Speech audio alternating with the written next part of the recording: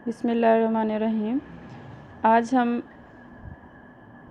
अस्सलाम वालेकुम स्टूडेंट्स। आज हम जो नए टॉपिक के साथ हाज़िर हुए हैं उसका नाम है symptoms, causes and prevention of communicable disease, यानी कि मुतअद्दी अमराज की अलामात क्या हैं, वजूहात क्या हैं और रोकथाम क्या है।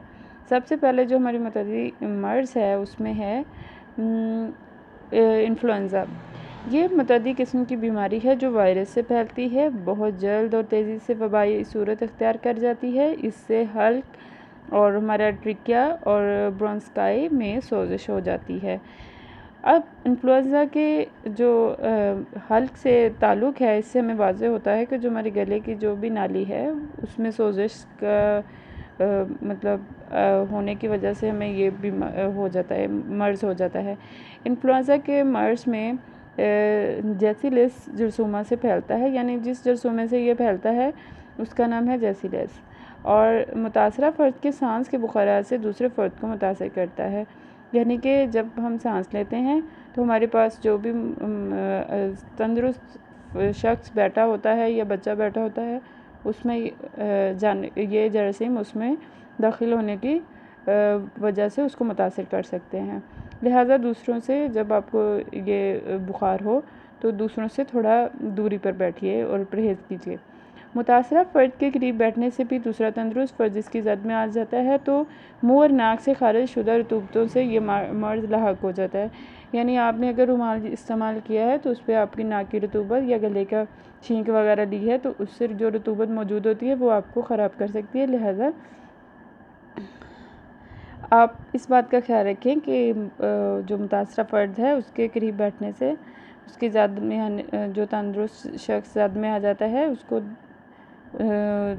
अपना रुमाल या तौलिया वगैरह या कपड़े इस्तेमाल मत करने दें, क्योंकि हो सकता है आपके छींक की वजह से आपका रुमाल तौलिया कुछ भी गंदा हो और वो दूसरा उससे अपना मुँह हाथ साफ़ करे तो वो उसके सांस के ज़रिए वो जरसूमा उसमें दाखिल हो और उसको बीमार करने का सबब बने।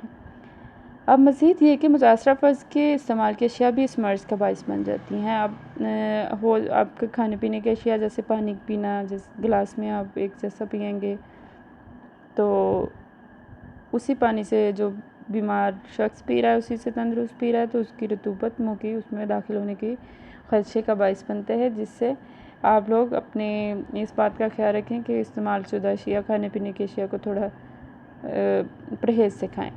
अब इन्फ्लुएंज़ा की अलामात क्या हैं? हल्के फुल्के के बुखार के साथ ज़ुकाम की अलामात का ज़ाहिर होने लगती हैं। बुखार हल्का ही होगा और लेकिन उससे ये होगी कि नकाहत और सर दर्द ज़्यादा होगी।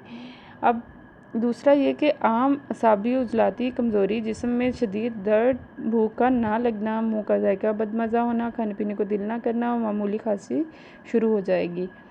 अब इसके अलावा मुतासरा फ़र्द सर्दी महसूस करता है और बुखार भी हो जाता है, यानी उसको लगेगा कि मुझे सर्दी महसूस हो रही है, चाहे सर्दी इतनी ज़्यादा हो या ना।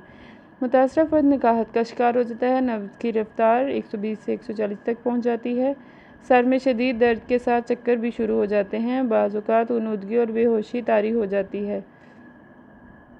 जब सर में शदीद दर्द हो तो उससे चक्कर भी शुरू हो जाते हैं, तो इससे गुनूदगी और बेहोशी तारी हो जाती है। जिस्म का मुदाफ़ियाती निज़ाम कमज़ोर होने की वजह से कोई भी दूसरी बीमारी मसलन निमोनिया हो सकता है।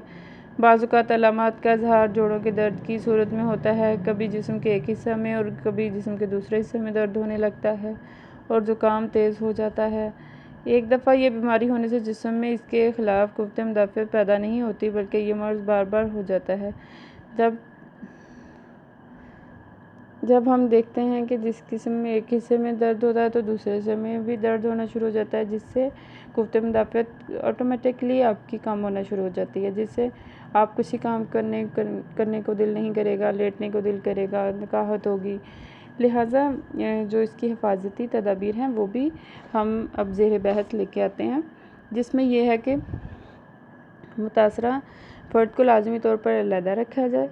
जैसे कि पहले हमने आपको इसके बारे में बताया कि अपनी चीज़ों का इस्तेमाल जो कर रहे हैं उसको थोड़ा फ़ासले पर रखें। मुतासरा फ़र्द को मुकम्मल तौर पर बिस्तर में ही आराम करना चाहिए। मुतासरा फ़र्द को बीमारी से दूर रखना चाहिए, दूसरे अफ़राद को मिलने की इजाज़त नहीं देनी चाहिए। मुतासरा फ़र्द के कपड़े और दूसरी अशिया को जला दिया जाए। मुतासरा फ़र्द को ग़िज़ा बिल्कुल सादा और ज़ूद हज़म दी जाए। फलों का रस कसरत से इस्तेमाल करवाया जाए। इसके अलावा कोई मेहनत या मशक्क़त का काम इस कदर ना कराया जाए जिससे उसे थकान हो। मुतासरा फ़र्द को कब्ज़ ना होने पाए। पानी में थोड़ा सा पोटेशियम परमैंगनेट लाल दवाई जो है डालकर इससे गरारे किए जाएँ। पानी खूब पिया जाए और खाना कदरे कम खाया जाए, क्योंकि इसकी वजह ये है कि एक तो कब्ज़ से उसकी क़ुव्वत मुदाफ़अत कम होती है और कब्ज़ जो है दूसरी बीमारियों की जड़ है, इसलिए नहीं होने चाहिए क्योंकि खुराक हज़म नहीं होती। और दूसरा ये कि पानी खूब पिया जाए ताकि पानी जो आपके जिस्म में कमी का बाइस बन रहा है, छींक आ रही है, ज़्यादा ज़ुकाम हो रहा है, तो पानी जो है आपको नढाल होने से बचाएगा। और तीसरा ये कि वो खाने को हज़म करने में मदद देगा। और खाना कदरे इसलिए कम खाना चाहिए क्योंकि आपका मैदा जो है इस वक्त नरम हो चुका होता है और नरम और ज़ूद हज़म चीज़ें ही आपको इस्तेमाल करनी चाहिए। सख्त चीज़ों से परहेज़ करना चाहिए। तो ये था इन्फ्लुएंज़ा के बारे में हिफाजती और तदाबीर और रोकथाम। लिहाजा आप इन सब पर गौर कीजिएगा। जिसको भी घर में या बाहर आप देखते हैं कि ये आपको अलामात उसको ज़ाहिर हो रही हैं, थोड़ी कोशिश कीजिए कि एहतियाती तदाबीर को अपनाकर वक्त से पहले बीमारी का ख़ात्मा किया जा सके। आज के लिए इतना ही। एक नए टॉपिक के साथ हाज़िर होंगे। तब तक के लिए अल्लाह हाफ़िज़।